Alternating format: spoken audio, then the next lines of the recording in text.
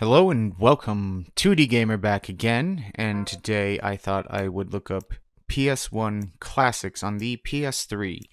That's right, the PlayStation Store is still available on the PS3, and you can still play and download PS1 classics on the store. To do this, I went to the search bar and looked up PS1 because there is a search tab for popular classics, but I don't think it has every game on the list available. So I thought I'd just scroll through and see what they have to offer. I don't know if these are available on the PS4 just as easily. I don't own a PS4 yet still. So the newest Sony console I have is the PlayStation 3. So I finally caved and downloaded my first ever digital game. I paid for a digital game. I know I'm like, what is that, 10 years, if not more, behind the curve on that one? Uh, the curve, or whatever it is. Anyways, so I finally downloaded Herc's Adventure for the PS1, but mostly because it was so stupidly, well, I don't know how stupidly expensive it is. I haven't looked it up in a minute, but it was $7 on the PlayStation Store versus 50, 60, if not more on the PlayStation 1 in the physical disc.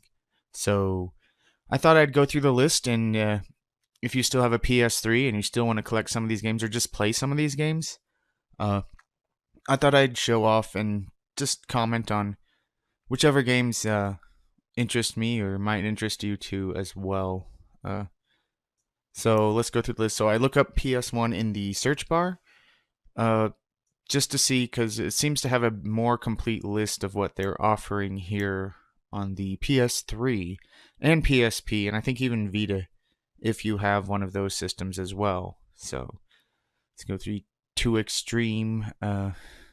Yeah, Aces of the Air. Now, Aces of the Air. I swear I owned this game, and I thought it was like a airplane racing. I don't know. I don't really.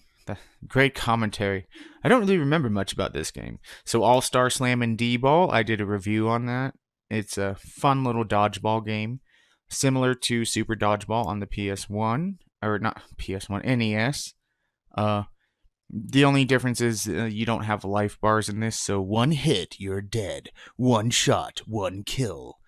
Uh, Fun little game. Yes, it's not as deep, or the games in the rounds don't last as long as the NES version of Super Dodgeball, so the gameplay isn't quite as deep. But I had a lot of fun playing like little tournaments with my friends, and this was a $10 release. One of those budget games that came out near the end of the PS1's life. So check out my review for it if it seems interesting. I know there's other, I think some Japanese dodgeball games on the PS1 that are probably deeper, probably similar to Super Dodgeball on the NES. But let's see, Alundra. This is another pricey one. It's a action RPG or action adventure game. That's very pricey to pick up on the disc form. I'm lucky to own it on the PS1. But if I didn't, and I'd totally pick this one up without even thinking twice. Cheaper price. I don't care if it's $10. I wouldn't care if it's $20. But I don't know if you've ever seen Alundra in action. But fantastic game. Hard. I haven't seen a game or played a game that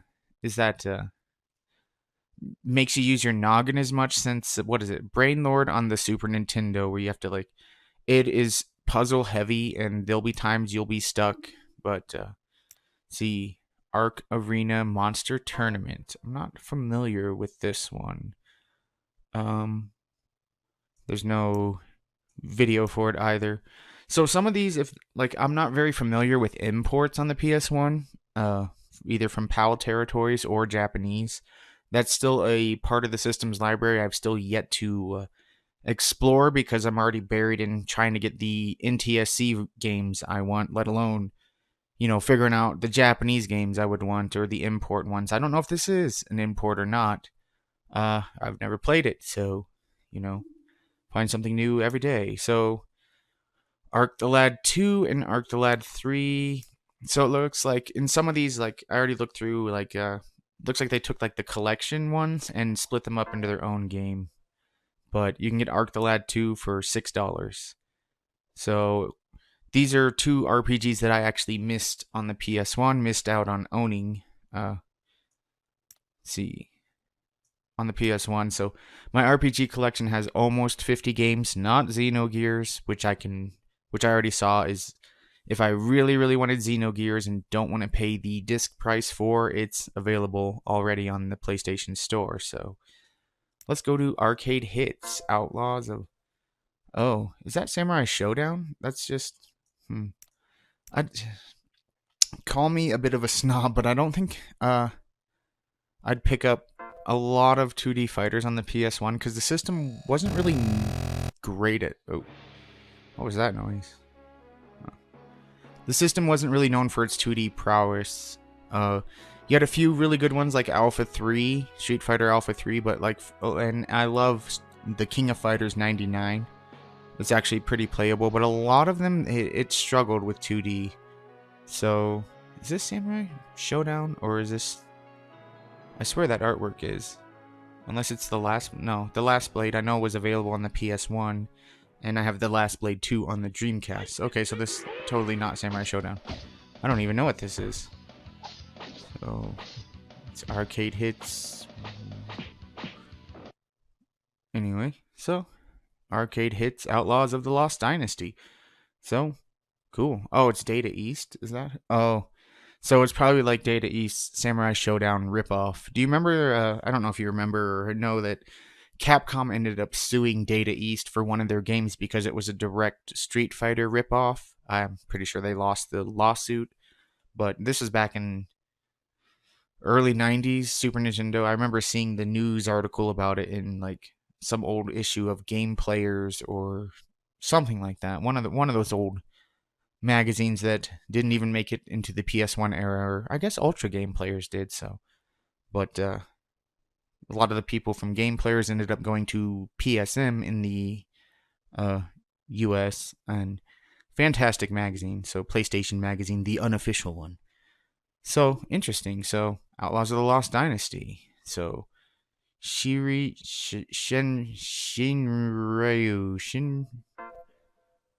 I'm terrible at pronouncing anything, but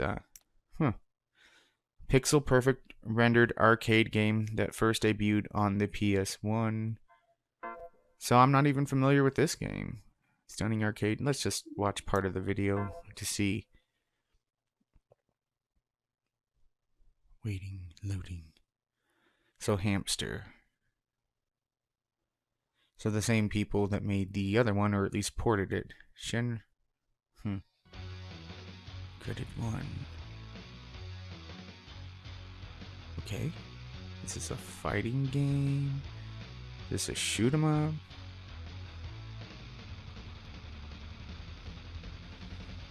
I'm waiting for the review. Oh. Okay, so this is, it was released in America as Gekio Shooting King, I believe. Or is this... No, it's not. It's not actually Gekio. It looks like it. That was... I wonder if that one's on here. I forget... What's the Japanese name and the Saturn name for Gekio? Either way, so... Wait, no, I swear I've played this. This has got to be Gekio.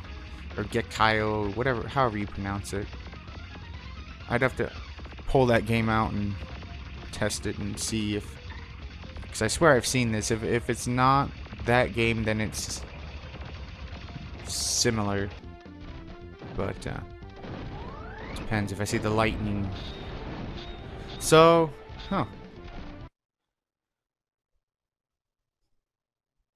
So, I think that is... I forget what the Japanese name for Gekio or Gekio or whatever, however you pronounce it was, so... That one was actually released in North America as what Gekio or Gekio Shooting King for a $20 price tag near the end of the PS1's life, probably 2001, 2002. So, cool. So this is a different name. So, Sonicwings Special. So another, obviously it looks like a shoot 'em up. So there's a lot of games, like I said. Some of the Japanese ones I'm very much not familiar with. So, Hamster. Okay, early beginning cutscene.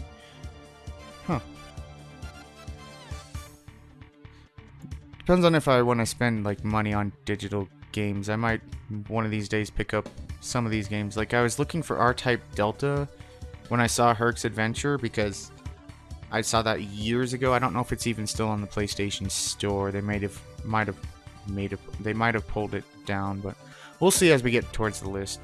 Anyways, so another little shoot 'em up arcade port. Let's go back. Interesting. So again, Battle Hunter, that was released here as a cheap $10 game near the end of the PS1's life. It's a little strategy kind of RPG, but it's interesting to say the least. It was definitely a cool $10 pickup, but I can look at the screenshots of the game, which look pretty pixelated, at least in my screen. Look, So it's kind of like a little turn-based RPG or a little strategy game, and it was a $10 release in America. Come on, did I have to go back too far? I must have. So, Battle Hunter Boxing, that was another budget release. I never really played it.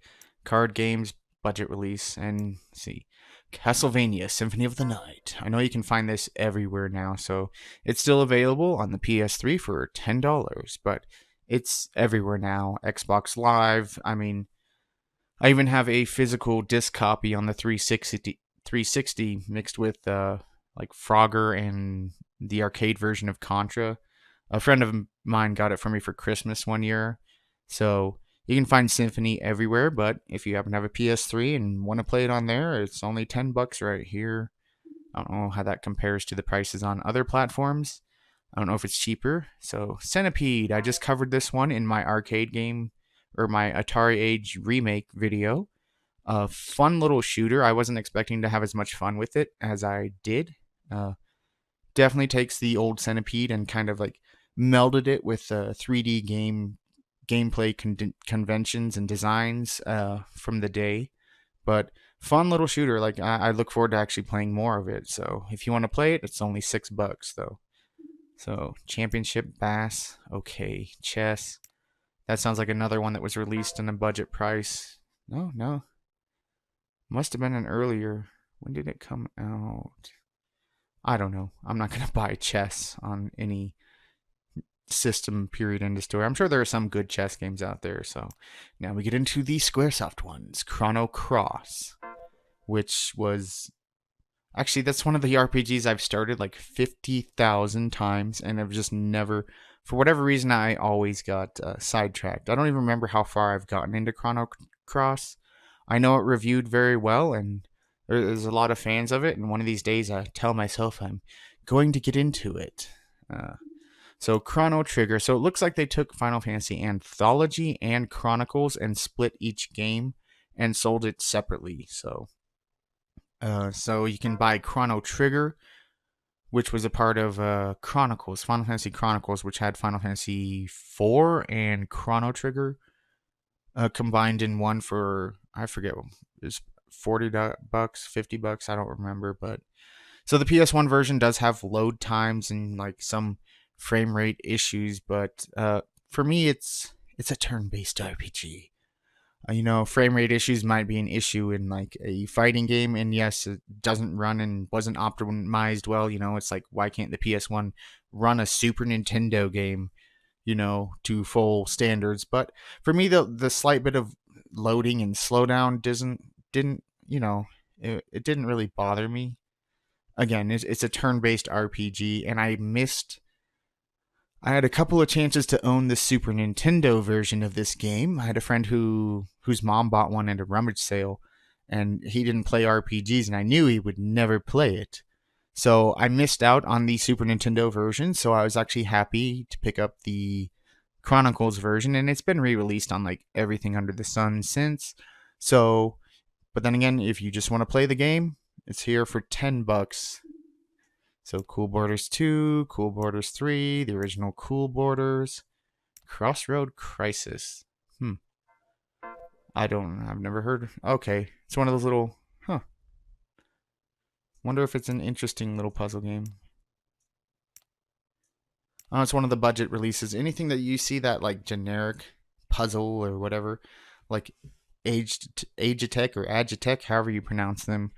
Or there were just a bunch of budget games, just, like boxing and shooter, like Shooter Starfighter Sanveen or Shooter Space Shot, that were brought to America just, at the end of the PS1's life. And they were all $10, and some of them were really, really good, like Board Game, Top Shop, or Top Shop as it should be called. Cyberbots, Full Metal Madness. So I've never heard of this one either. Probably because it looks like a Japanese direct import from Japan. Although text is limited, it's the original Japanese language, almost never seen outside of Japanese arcades. I'll have to look this game up on like YouTube later to see what the gameplay looks like, and again, I prefer to own the physical versions of games, but if it's cheap and it looks fun, I might actually pick some of these up. Again, I hate digital download because 20 years later, who knows? You're just waiting on a hard drive, but you can transfer the PS3's data. So maybe there's a way to preserve it with an external hard drive. All right, Stalkers III. I own this one. It's actually a pretty smooth playing 2D fighter. I'm sure there were tons of frames of animation removed so it could work on the PS1, but from what I've owned and played of it for over 20 years, I think. When did it come out? Around 20 years, give or take. So it's pretty smooth playing. But then again, I haven't played any other versions of it to see how it compares. But, if you're worried, because again, a lot of people don't seem to remember. Like I saw someone talking about the PS1 version of X-Men versus Street Fighter, and they're like, oh, it's not a good version. It's like, yeah, we knew that. But seems like a lot of people have forgotten that the Saturn was the 2D beast of the day. That was the system that had so many fantastic 2D fighters and 2D games. It was just a 2D beast. Whereas the PS1 definitely excelled more in the 3D era and could do some 2D, but it was never. And plus, you didn't have expansion carts and RAM like the Saturn did. So Saturn's still the 2D beast of the day. Any 2D fighters, they're obviously going to be better on the Saturn. Some Saturn 2D fighters were better than the Dreamcast versions, according to fans. I can't really confirm because I don't own any of those super expensive Japanese import Saturn 2D fighters like X-Men vs. Street Fighter or Marvel vs. Capcom. I think that's the one that they... I don't know how many crossed over or Alpha 3, but... I own Alpha 3 on the Dreamcast and not the PS1 actually, but I'll bet you the Alpha 3's here for download. So there's the original Dark Stalkers. Again, I don't know how the Night Warriors. Again, I know the Saturn version is super stupid expensive. I don't know how the PS1 version plays. So buy at your own risk, or find a better version. Dead in the Water. This is one I've kind of always wanted to play. It's a little boat. From what I understand, again, this is going off of reviews from GamePro from over 20 years ago, just off the top of my head. So this is like a little, I guess they have I'll play the trailer. But it looked like a little Twisted Metal boat game, a car combat, vehicular combat, Twisted Metal game. So play the trailer. I already pressed that button, so. But I've wanted to play this one since, when did it come out? 97? Or 98? I'm trying to remember back, just off the top of my head. My mind is an encyclopedia of useless gaming information and just useless information all together. Have never seen again. Have never been seen again. Now it is your turn. The rules are simple. Destroy everything. Ooh. Oh, is it a racing game?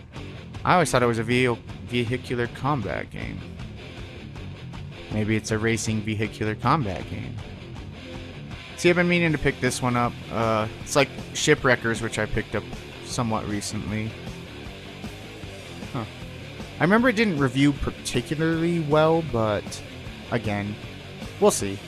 I'll pick it up someday and maybe give it a review or a look or a gameplay sample, just to let you guys know what I thought of it near the end. But yeah, so it's a basically a car combat racing game, or is it a racing and with a vehicular combat mode, like Mario Kart or something like that?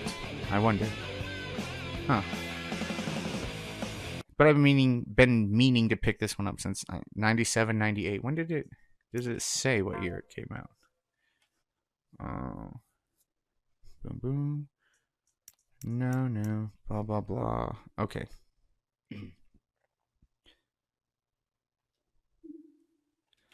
So Dead in the Water. Distraga, I covered on one of my videos previously. One of my... Yes, terrible voice acting. It's got the guy that played Titus or Titus in Final Fantasy X. His voice in, an early stage of not being able to act. But, voice acting is something they kind of learned over the years. At first, there's like, who's going to spend much money on a voice actor? Just get someone to, just recite lines like in Resident Evil. No, don't open that door.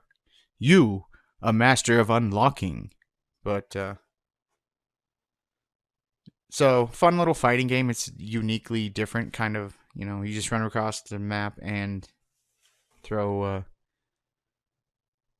fireballs at your opponents, and it has like a story mode too. So interesting, and it's only $6 if you want to try it. So Destruction Derby, on the PlayStation 1. It was also released on the PS1 Classic. I still haven't played the original. Well, I have played it off the Classic, but then I need to pick up my PS1 Classic because I left it at a friend's place.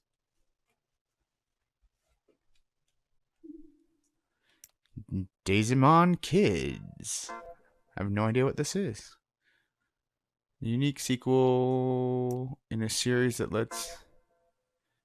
So this is another one of the Japanese ones I'm not quite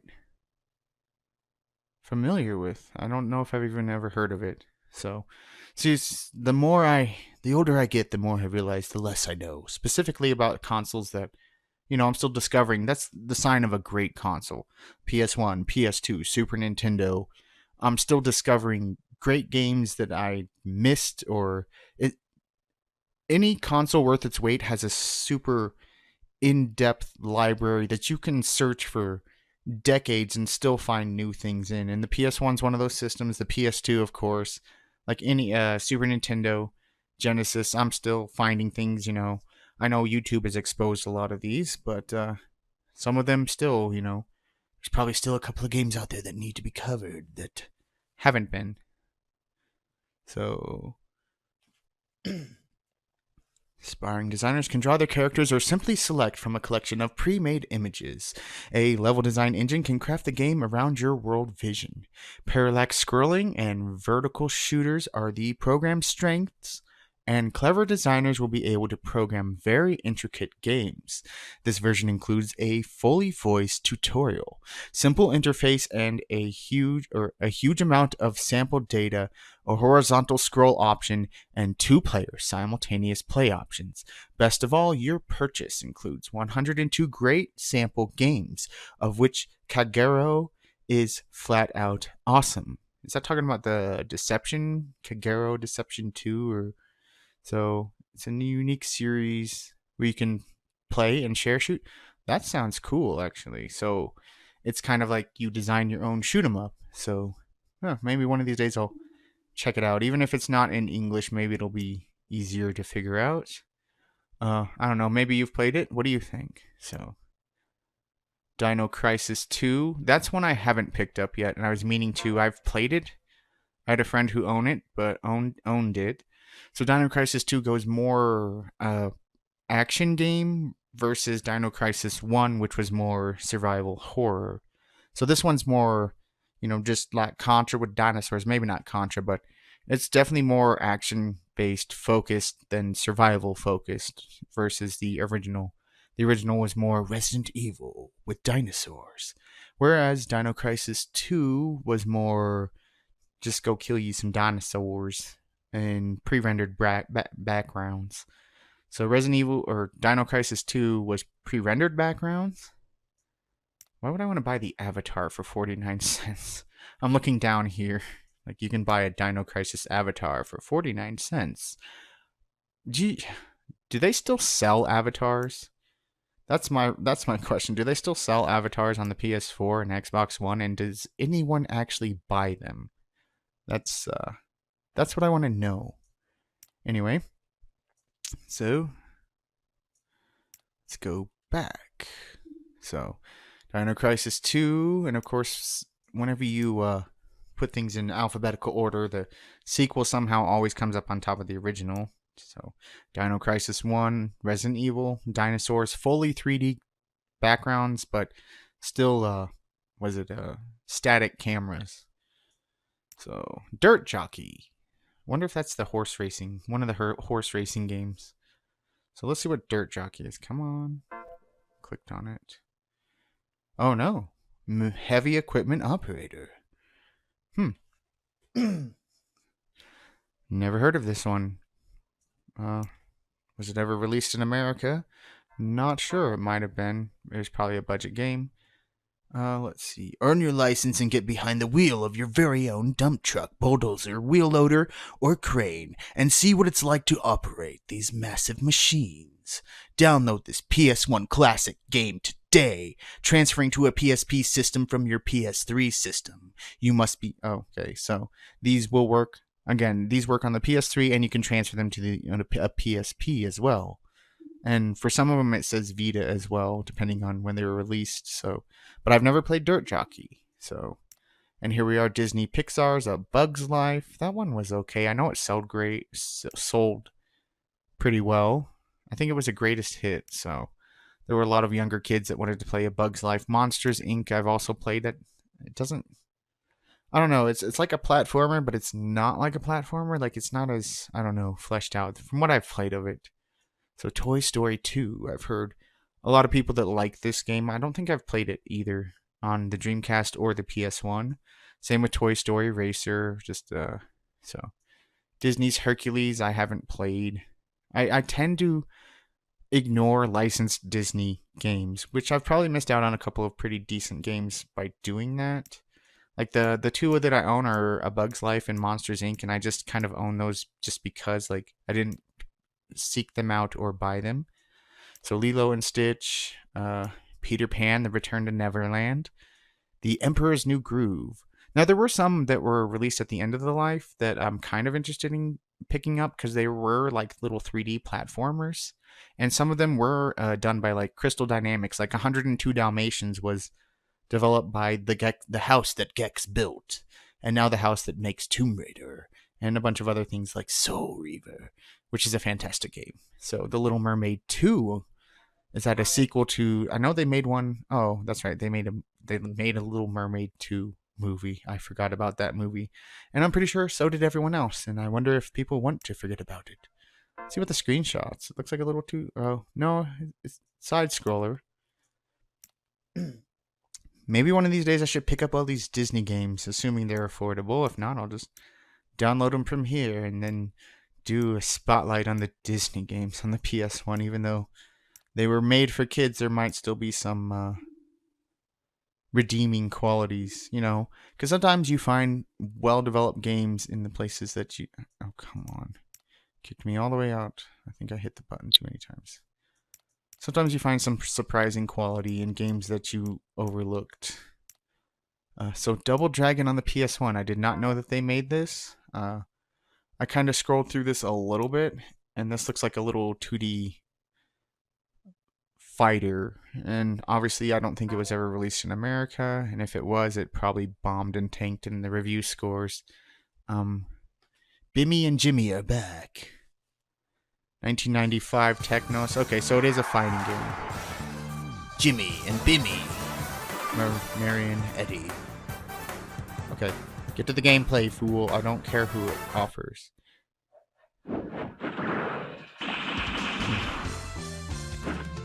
If anyone's played this game, let me know how.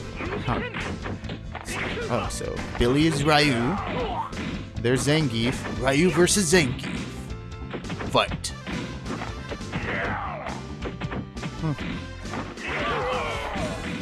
So if you played this, maybe it's actually decent quality. You know, I mean, obviously Street Fighter ripoff, but what isn't in 2D fighter land? But I don't know. I don't have any interest in picking it up, even for $6. But let's see, Dragon Beat Legend of Pinball. No, I haven't played a lot of great pinball games. Yeah, I got Flipnik right here on my gaming shelf for the PS2. So maybe I haven't given a lot of pinball games a chance other than Pinbot and Flipnik and that weird pinball segment in Sonic Adventure on the Dreamcast. But I don't know. So I have no interest in this game. Maybe I'll look up. Maybe I should look up gameplay footage for every game on this list just to see if I'm really interested in buying more. Like Echo Knight, which is one I have not picked up on the PS1 and is probably up there in price by now because that's my luck. First person, I guess RPG or like a adventure RPG. I'm not sure. I know there was a sequel on the PS2 as well. I don't think it has like action elements like Conductor, sir, please remain seated while we pass through this tunnel. Oh, dang, he dead. Okay, so it's like a first-person adventure game. Like the old point-and-click adventures, except with like 3D controls. Not quite Kingsfield, but I've wanted to pick Echo Knight up for forever, and I'm sure it's pricey by now because it's one of those quote-unquote hidden gem games that has been spotlighted on YouTube to the point that I'm pretty sure people are out there trying to pick it up. Evergreen Avenue. This one, again, I'm sure is another import. Yes, Japanese text. I have no idea what this game's about. So, our RPG, month, week. I don't know. Seems like a very strange. What's the description say? Welcome to a world where spirits and magic were once threaded into the very fabric of reality. Tragically, this reality slowly unwove itself as the spirits lost their influence over this realm. Eventually, all relations were cut between the spirit world and the land of the living. Now, the King of Spirits contemplates reforging the time-splintered bonds. Okay, blah, blah, blah. It's a unique simulation game where you choose between a male, Catan, or female, Ira, character and help the 7 spirits learn the ways of humanity by scheduling special weekly sessions where you play Okay, so it's a minigame game before minigame games were made popular by the Wii. Sounds a little bit too involving having weekly. Well, I don't know. Maybe you've played it and like it. Back to the E's. So, okay. So Evergreen Avenue, Extreme Pinball. Again, there's not a lot of pinball games I personally, would choose to play. Again, Pinbot on the NES because I didn't know any better. And Flipnik on the PS2, which is actually pretty cool. Like, probably one of the coolest pinball games around. I don't know. I know there are some people out there that have channels where they specifically look at pinball games. I don't know. So, if you've played some of these pinball games and they're actually pretty good, leave a comment about it.